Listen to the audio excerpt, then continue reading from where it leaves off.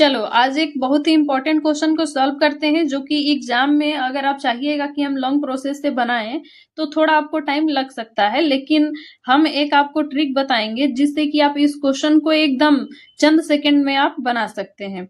और ये क्वेश्चन मतलब कि लगेगा आपको थोड़ा भास्ट, लेकिन जब हम बताएंगे तो आप सोचिएगा कि वाह कितना आसान था, ये तो सेकंडों में हम बना सकते थे एग्जाम में। ठीक है, तो आप लोग थोड़ा सा ध्यान से समझने का कोशिश करिएगा। बहुत ही इंपॉर्टेंट क्वेश्चन है, लगभग हर एग्जाम में पूछता है, और BSSC inter level, BSSC CGL 4 के लिए भी बहुत ही इंपॉर्टेंट क्वेश्चन है। इस टाइप का क्वेश्चन आता ही आता है। ठीक है, सेम क्वेश्चन तो नहीं आता है, लेकिन उससे रिलेटेड क्वेश्चन आता ही आता है। तो क्यों ना हम इसको एक ट्रिक से समझने का कोशिश करें कि हमारा समय भी बचत हो सके, क्योंकि हम एग्जाम में जब बैठ रहे हैं तो क्या चाहते हैं, कम समय में ज्यादा क्वेश्चन सॉल्व करें। ठीक है, तो चलिए थोड़ा ध्यान दीजिएगा। यहाँ पे क्वेश्चन क्या बोल रहा है कि ए ने एक वस्तु 25% के लाभ पर बी को बेची, ठीक है, और बी ने उसे 12% की हानि पर सी को बेची। समझ रहे हैं, ए कितना में खरीदा है ये नहीं बताया गया है, ये बोल रहा है कि जितना में भी खरीदा हो उससे 25% के लाभ पर बी को बेच दिया, और बी क्या किया कि जितना रुपया में ए से खरीदा वो उसके मतलब कि 12% का हानि करके सी को बेच दिया, और सी ने उसे यानी कि किसी बी को 231 रुपए का भुगतान किया है। तो ए के लिए उस वस्तु का क्रय मूल्य कितना था, यानी कि वही निकालना है कि ए कितना रुपया में उस वस्तु को खरीदा था। क्वेश्चन एक बार फिर से समझने का कोशिश करिए। ठीक है, देखिए थोड़ा सा ध्यान दीजिएगा। कोई भी क्वेश्चन आपको अगर समझ में नहीं आ रहा है तो उसको 1 से 2 बार पढ़िएगा, वो खुद ब खुद आपको समझ में आने लगेगा कि ये क्वेश्चन बोल क्या रहा है वाकई में। तो चलिए एक बार और पढ़ते हैं। ये बोल रहा है, ए ने एक वस्तु को 25% के लाभ पर बी को बेच दिया, और बी ने उसी वस्तु को जितना में खरीदा था 12% के हानि पर सी को बेच दिया। यदि सी ने उसे 231 रुपए का भुगतान किया तो ए के लिए उस वस्तु का क्रय मूल्य कितना था। तो मान लेते हैं कि चूंकि ए उसको 100 रुपया में खरीदा था, ठीक है, कितना रुपया में, 100 रुपया में, तो अब चूंकि वो कितना 25% के लाभ पे बेच रहा है, यानी कि जब भी ये लाभ होगा ना तो 100 में उतना परसेंट को जोड़ देते हैं, और जब हानि होगा तो 100 में उतना परसेंट को घटा देते हैं। इस बात को याद रखिएगा। परसेंटेज का सवाल जब भी सॉल्व करिएगा तो थोड़ा सा ध्यान दीजिएगा इसको, ऐसे आपका समय बच जाएगा। तो देखिए 100 रुपया में खरीदा, ठीक है, अब वो क्या किया कि 25% के लाभ पर बेचा है, तो एक्स में हम क्या करेंगे कि 125 बटा 100 कर देंगे। ठीक है, अब देखिए ये तो हो गया कि ए बी से बेच दिया। अब बी क्या किया, बी जितना में खरीदा है उसका 12% हानि करके सी को बेच दिया। तो हानि हो रहा है तो हम क्या करेंगे, जैसे यहाँ पे लाभ हो रहा था तो 100 में जोड़ दिए ना, तो 125 बटा 100 किए। अब यहाँ पे क्या करेंगे कि हानि हो रहा है तो 100 में से 12 को घटा देंगे, कितना हो जाएगा 88 बटा 100। अब देखिए ये तो ए बेच दिया बी को, अब फिर ये बी बेच दिया किसको, सी को, तो सी उसको कितना रुपया दिया है, 231 रुपया। यहां तक समझ में आया। थोड़ा सा बस ध्यान देना है, एकदम आसान है। देखिए मान लेते हैं कि ए कितना में खरीदा है, 100 रुपया में, ठीक है। अब 25% का लाभ पे बेच रहा है तो एक्स का 125% लिखेंगे, 125% यानी 125 बट्टा 100, ठीक है।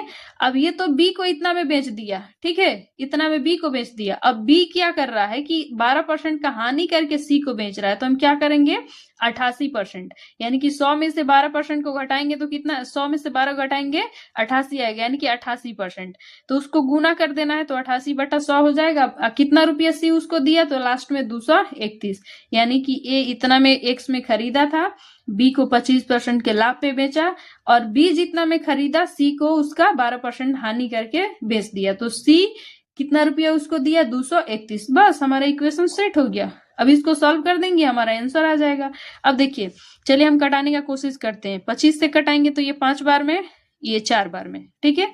अब देखिए इसको हम कटाते हैं, 4 से 88 को कितना बार में कट जाएगा, 22 बार में, ठीक है। अब 2 से कटाते हैं, ये कितना बार में, 11 बार में, और ये 50 बार में, ये कितना बार में, 10 बार में। कट गया, हमारा कितना आ गया, x गुने 11 बटा 10 बराबर 231। अब देख रहे हैं कि 231 भी 11 से कट जाएगा, कितना बार में कट जाएगा, तो देखिए 11 दूनी 22, 11 एकम 11, 21 बार में कट गया।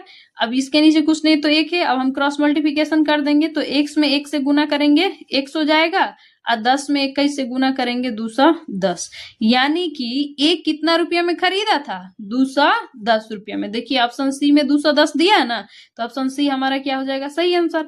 अब सेम उसी प्रकार से मान के चलिए कि यहाँ पे क्वेश्चन दिए रहता कि ए ने एक वस्तु को 25% के हानि पर बी को बेचा और बी ने उसे 12% के लाभ पर सी को बेचा और सी ने उसे 231 रुपए का भुगतान किया, तो हम क्या करते? यहाँ पे हानि अगर रहता तो x गुने 25% का हानि है तो 75/100 कर देते और फिर गुना का चिन्ह दे देते। अब 12% का यहाँ पे हानि की जगह में अगर लाभ रहता तो हम क्या करते? 112/100 और बराबर में 231। ठीक है, देखिए जब भी इस टाइप का क्वेश्चन देता है ना तो वो यहाँ पे ऐसा संख्या देगा जो कि कट जाए। ठीक है, अगर नहीं भी कटेगा तो हम लोग तो कैलकुलेशन और गुना भाग में एक्सपर्ट हैं, हम लोग कर ही देंगे। ठीक है, समझ में आया ना ये क्वेश्चन कितना आसानी से बन गया? ये तो समझाना था इसीलिए इतना टाइम लगा, नहीं तो फटाफट अगर बनाना रहता तो आप 10 सेकंड के अंदर में इसको बना देते ना। तो चलिए आप सेम क्वेश्चन को जहां पे लाभ है वहां हानि कर दीजिएगा और जहां हानि है वहां पे लाभ कर दीजिएगा और ये वाला वैल्यू सेम रखिएगा, आपका दशमलव में मान आएगा, हम समझ रहे हैं।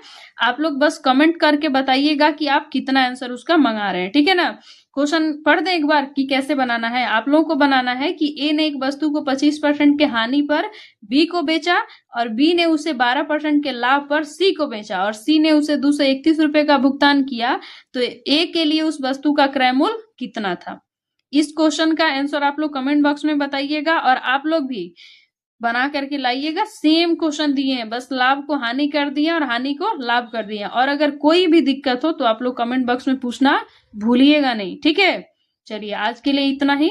Thank you.